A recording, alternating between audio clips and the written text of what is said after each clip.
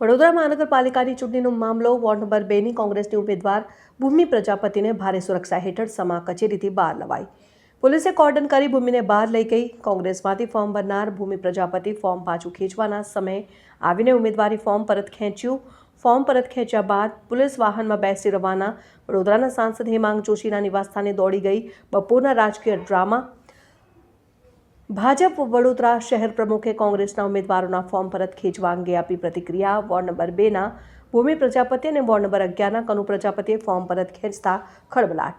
વડોદરા કોંગ્રેસના ઉમેદવાર ભૂમિ પ્રજાપતિએ ડોક્ટર હેમાંગ જોશીના હસ્તે ધારણ કર્યો ખેસ. ફોર્મ ખેંચતી વખતે થયેલા હોબાળા વચ્ચે કોંગ્રેસ ઉમેદવાર હવે ભાજપની શરણમાં.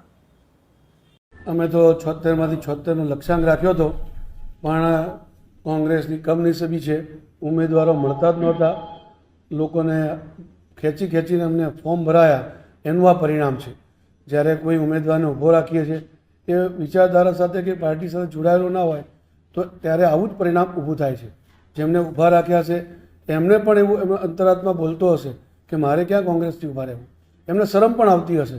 એટલે જ કદાચ આજે એ બંને વ્યક્તિઓએ ફોર્મ પરત ખેંચ્યા છે.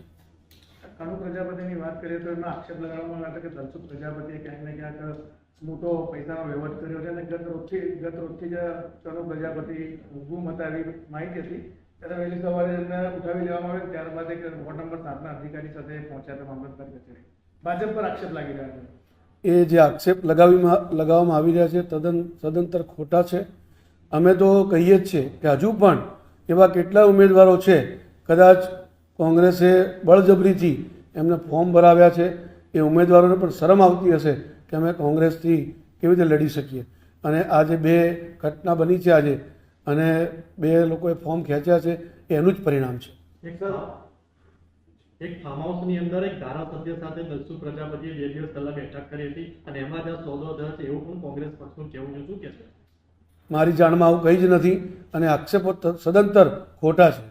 સર, ભૂમિ પ્રજાપતિ જે છે વોર્ડ નંબર 2ના ઉમેદવાર હતા કોંગ્રેસના, એને લઈને કોર્પોરેશનના કોઈ અધિકારી પહોંચ્યા હતા એવા પણ આક્ષેપ કોંગ્રેસ કરી રહી છે. એ પણ મારા જાણમાં નથી. મને તો હમણાં જ 2:45 વાગે જે સમાચાર મળ્યા, ખાસા એવા ઘર્ષણ પછી ભૂમિબેને ફોર્મ પરત ખેંચ્યું છે.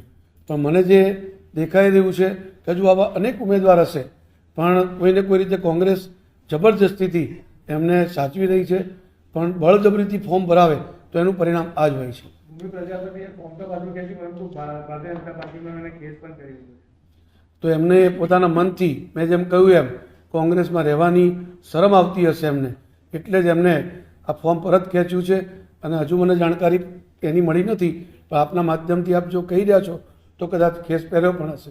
સ્થાનિક સ્વરાજની ચૂંટણી આવે છે ત્યારે હાઈ વોલ્ટેજ ડ્રામા પણ જોવા મળી રહ્યા છે. એમાં એવા સમયે જે સિનિયર ધારાસભ્ય છે યોગેશ પટેલ, એમને એક નિવેદન આપ્યું હતું કે જયપ્રકાશ સોની એ તમારા માટે બોલ્યા હતા કે જયપ્રકાશ સોની એક મંદબુદ્ધિ છે, એક જૂઠો વ્યક્તિ છે, અને એને લઈને સવારથી એ ચર્ચાઓ છે એ પણ મીડિયામાં પણ વાયરલ થઈ છે. હવે એ પણ મારે તમારા માધ્યમથી જાણવા મને મળ્યું છે. જ્યાં સુધી એની પુષ્ટિ થતી નથી ત્યાં સુધી કોઈ પણ કમેન્ટ કરવી એ યોગ્ય નથી. સર, છેલ્લો સવાલ, આજે જે રીતે ઘર્ષણના દ્રશ્યો સર્જાયા છે, કઈ રીતે જોશો ઘર્ષણ? કારણ કે આક્ષેપ પોલીસ પર પણ થઈ રહ્યા છે કે એક તરફી કાર્યવાહી કરી. જ્યારે કોઈ ઉમેદવારને પોતાના મનથી ફોર્મ ખેંચવાની ઈચ્છા થતી હોય અને પોતે જાતે ઉમેદવારી ફોર્મ ખેંચવા જતા હોય તો કોંગ્રેસે આવા પ્રકારનો ડ્રામા કરવાની કોઈ આવશ્યકતા નથી. આ કોંગ્રેસનો ઊભો કરેલો ડ્રામા સ્વાભાવિક છે. જ્યારે ઘર્ષણ થાય તો સરકારી તંત્ર તો પગલાં લેશે જ, કારણ કે કોઈ પણ પ્રકારનું ઘર્ષણ થાય, કોઈને નુકસાન થાય, એવી કોઈ ઘટના બને તો એ સંપૂર્ણ જવાબદારી સરકારી થઈ શકે છે. એટલા માટે આવી ઘટના ના બને એટલા માટે કોંગ્રેસના મિત્રોને પણ મારી નમ્ર નિવેદન છે કે આપ કોઈની સ્વૈચ્છિક ઈચ્છાથી રાજીનામું આપવા માંગતા હોય, પરત ખેંચતા હોય તો આપ આવું ઘર્ષણ કરીને કૃપયા રોકશો નહીં.